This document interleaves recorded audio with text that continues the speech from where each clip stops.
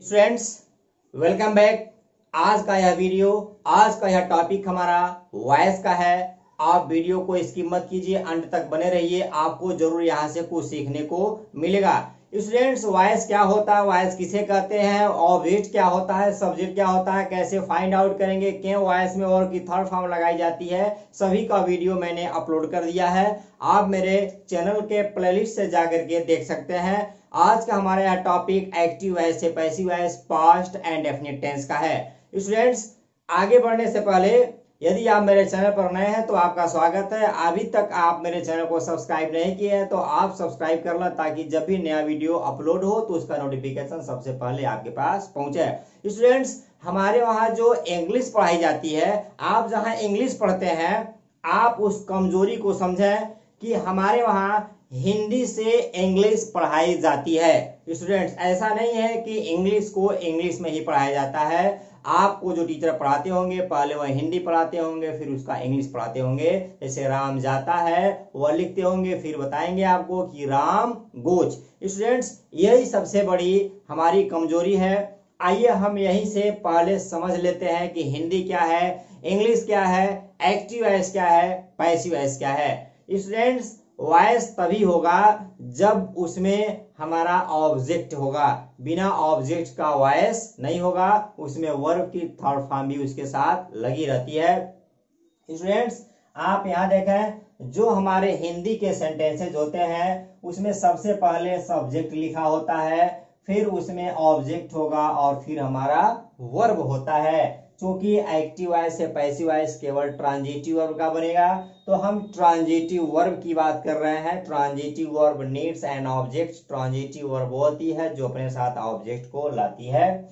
तो जब इस हिंदी को हम इंग्लिश में ट्रांसलेट करते हैं तो करते क्या है कि सब्जेक्ट अपने ही जगह पे रह जाता है, ऑब्जेक्ट बाद में चला जाता है, वर्ब हमारा पहले चला आता है। तो यह हमारा हिंदी से इंग्लिश में ट्रांसलेट हो जाता है। जब इस इंग्लिश को जो ट्रांसलेट हम किए हैं, जो एक्टिव वॉइस में है, जब उसको पैसिव वॉइस में बनाते हैं तो हम करते क्या है कि ऑब्जेक्ट जो एक्टिव वॉइस का है उसे हम सबसे पहले लिख देंगे, जो सब्जेक्ट यहाँ एक्टिव वॉइस का है उसको सबसे बाद में लिख देंगे, जो बीच में वर्ब होता है वर्ब वही रहेगा, बट यह हमारा V3 में कन्वर्ट हो जाएगा। और प्रत्येक ऑब्जेक्ट के बाद V3 के पहले हम कोई ना कोई यहाँ एक हेल्पिंग वर्ब ऐड कर देते हैं।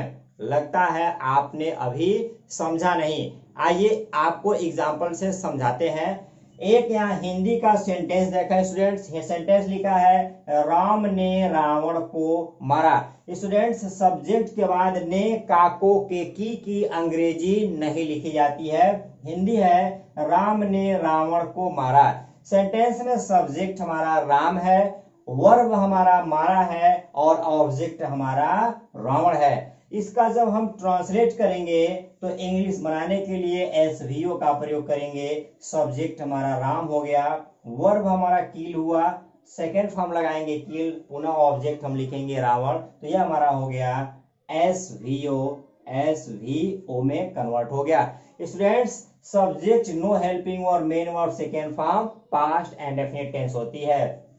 जब इस एक्टिव वॉइस को पैसिव वॉइस में कन्वर्ट करेंगे तो जो एक्टिव वॉइस का ऑब्जेक्ट होगा हम उस ऑब्जेक्ट को सबसे पहले लिख लेते हैं, तो हो गया हमारा रावण। और ऑब्जेक्ट के बाद हम एक हेल्पिंग वर्ब को लिखते हैं, तो पास्ट एंड डेफिनिट में हम पैसिव वॉइस में हेल्पिंग वर्ब वाज या वर लिखी जाती है, तो हम यहाँ लिखेंगे वाज, सिंगुलर सब्जेक्ट के साथ लगाएंगे वाज। और यहाँ किल्ड हमारा सेकेंड और थर्ड दोनों है, तो यहाँ किल्ड लिखेंगे और बाय लिख करके सब्जेक्ट को लिख देंगे, तो हो जाएगा by Ram. Ravan was killed by Ram. Students, यह जरूरी नहीं है कि यहाँ बाय के साथ सब्जेक्ट लगा ही हो, नहीं भी हो सकता है।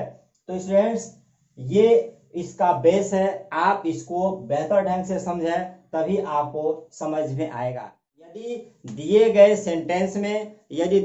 सेंटेंस में सब्जेक्ट के द्वारा कोई कार्य किया जाता है तो हम उसे एक्टिव वॉइस कहते हैं। जैसे राम ने रावण को मारा। जबकि यदि सेंटेंस में सब्जेक्ट के द्वारा कार्य को न किया जाता हो, बल्कि something is happened with subject, that's called passive voice. यदि सेंटेंस में सब्जेक्ट के द्वारा कुछ कार्य न किया जाता हो बल्कि किसी के द्वारा उल्टे ही उसके ऊपर कोई कार्य होता हो तो यह पैसिव वॉइस है। एग्जाम्पल, राम ने रावण को मारा, एक्टिव वॉइस। रावण राम के द्वारा मारा गया, पैसिव वॉइस, यानी रावण चुपचाप था, शांत था, कुछ नहीं किया, तो पैसिव वॉइस। दरवाजा तोड़ा गया, पैसिव वॉइस। आपको बुलाया गया, passive voice.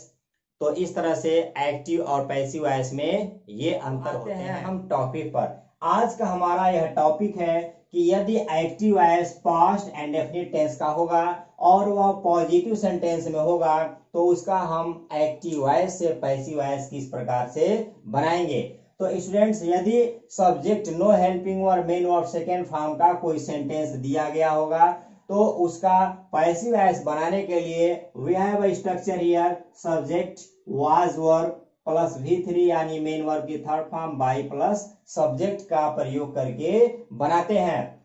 Students, he she it singular subject और आई के साथ वाज का यूज करेंगे, you we they and plural subject के साथ हम वर का यूज करेंगे। स्टूडेंट्स, एक सेंटेंस देखें, I solved this question. Subject के बाद no helping verb main verb second form है तो यह हमारा पास्ट एंड डेफिनिट टेंस हुआ। इस सेंटेंस में सबसे पहले हम ऑब्जेक्ट को ढूंढते हैं। ऑब्जेक्ट हमारा यहाँ हो गया स्टूडेंट्स दिस क्वेश्चन। अब ऑब्जेक्ट हम पता कैसे लगाएंगे, तो मेन वर्ब में क्या किसे किसको लिखने पर जो हमारा उत्तर प्राप्त होता है वह ऑब्जेक्ट होता है। मैंने हल किया, क्या हल किया, इस प्रश्न को, तो इस प्रश्न हमारा ऑब्जेक्ट हो गया। अब हम इसे सबसे पहले लिखेंगे, जब हम पैसिव वॉइस बनाएंगे तो इसे हम सबसे पहले लिख लेंगे, तो हमारा हो जाएगा यहाँ दिस क्वेश्चन, दिस क्वेश्चन। अब यह हमारा हो गया सब्जेक्ट। इसके अकॉर्डिंग वाज और वर्ब में से कोई एक लगाना है तो हम यहाँ लगाएंगे वाज और यहाँ मेन वर्ब की थर्ड फॉर्म का प्रयोग करेंगे। तो कुछ ऐसे वर्ब्स होते हैं जो सेकेंड और थर्ड दोनों फॉर्म में इक्वल होते हैं, तो यहाँ सॉल्व सेकेंड है और ये थर्ड भी है, तो वाज हम यहाँ लिखेंगे सॉल्व, उसके बाद लिखेंगे बाय, आई का हमारा हो जाएगा मी। स्टूडेंट्स, आप देखें, यदि आपको एक्टिव वॉइस में आई मिलेगा तो आप इसके जगह पर लिख देंगे मी, अर्थात यह ऑब्जेक्ट है, या सब्जेक्ट है, या ऑब्जेक्ट है। यदि आपको यू मिलेगा तो इसके स्थान पर लिखेंगे यू। यदि आपको ही मिलेगा तो ही का हिम। यदि आपको शी मिलता है तो शी का हो जाएगा हमारा हर। यदि दे मिलता है तो दे का हमारा हो जाएगा देम। और यदि वी मिलता है तो वी का हमारा हो जाएगा अस। और यदि इट मिलता है तो इट का इट होगा। यदि नेम मिलता है तो नेम का नेम ही होगा, जैसे राम है तो बाई राम लिखेंगे। स्टूडेंट्स, नेक्स्ट सेंटेंस को देखते हैं। Mohan saw the Taj last year. Mohan ने पिछले साल ताजमहल देखा। तो मोहन ने क्या देखा, ताजमहल देखा। यहाँ जो लास्ट ईयर लिखा हुआ है ये हमारा ऑब्जेक्ट नहीं है। सेंटेंस में वे शब्द जो स्थान और टाइम को बताते हैं वे अमूमन ऑब्जेक्ट नहीं होते हैं।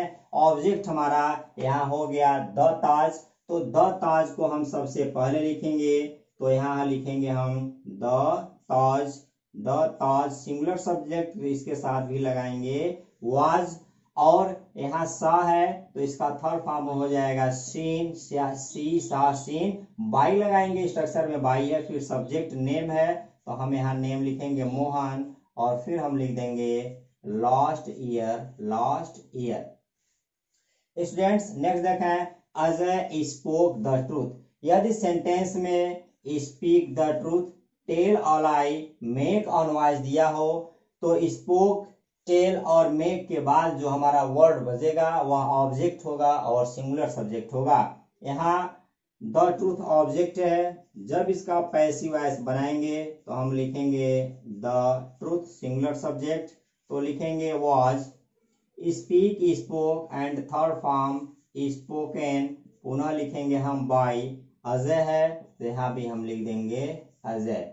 स्टूडेंट्स, कभी कभी किसी सेंटेंस में, किसी एक्टिव वॉइस में हमारे दो ऑब्जेक्ट्स आ जाते हैं। तो दो ऑब्जेक्ट्स आने पर हम क्या करते हैं कि किसी भी एक ऑब्जेक्ट से पैसिव वॉइस बना सकते हैं। सेंटेंस देखें, शी गेव हिम 2 बुक्स, वह उसे 2 पुस्तकें दी। कैसे पहचानेंगे, इसमें 2 ऑब्जेक्ट्स हैं, तो वह उसे दी, क्या दी, 2 पुस्तकें। किसे दी, उसे दी। तो यहाँ हिम भी ऑब्जेक्ट है और हमारा यहाँ 2 बुक्स भी ऑब्जेक्ट है। तो हम इस सेंटेंस का पैसिव वॉइस दोनों में से किसी एक से भी बना सकते हैं। अगर हम हिम से बनाएंगे तो यह ऑब्जेक्ट है, जब सब्जेक्ट बनेगा तो यह हमारा ही हो जाएगा। तो आप इसको पैसिव वॉइस बनाते समय सबसे पहले आप लिखेंगे ही, और ही सिंगुलर सब्जेक्ट हुआ तो हो जाएगा वाज। गेव सेकेंड फॉर्म है, थर्ड फॉर्म हो जाएगा given, he was given.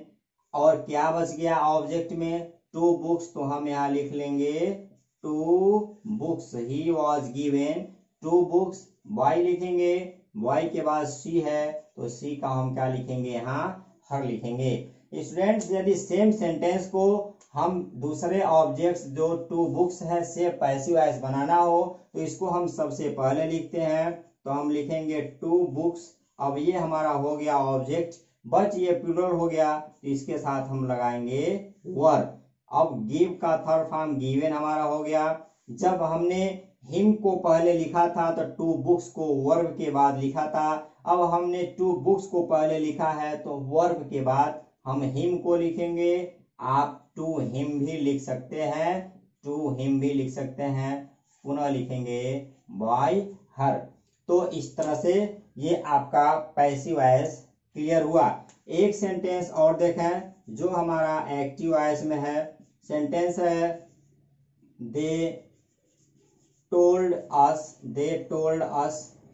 This news, they told us this news.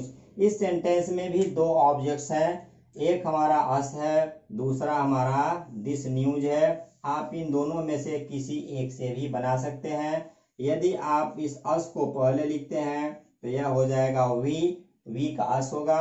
We के साथ हम क्या लगाएंगे, वर। टोल्ड हमारा सेकेंड थर्ड दोनों फॉर्म है तो टोल्ड। क्या बच गया, दिस न्यूज, तो हम क्या लिखेंगे यहाँ दिस न्यूज। पुनः लिखेंगे बॉय, एंड देम का क्या हो जाएगा, दे का देम हो जाएगा। तो स्टूडेंट्स ये रहे आज का टॉपिक। हम नेक्स्ट वीडियो में फिर हाजिर होते हैं, तब तक के लिए गुड बाय।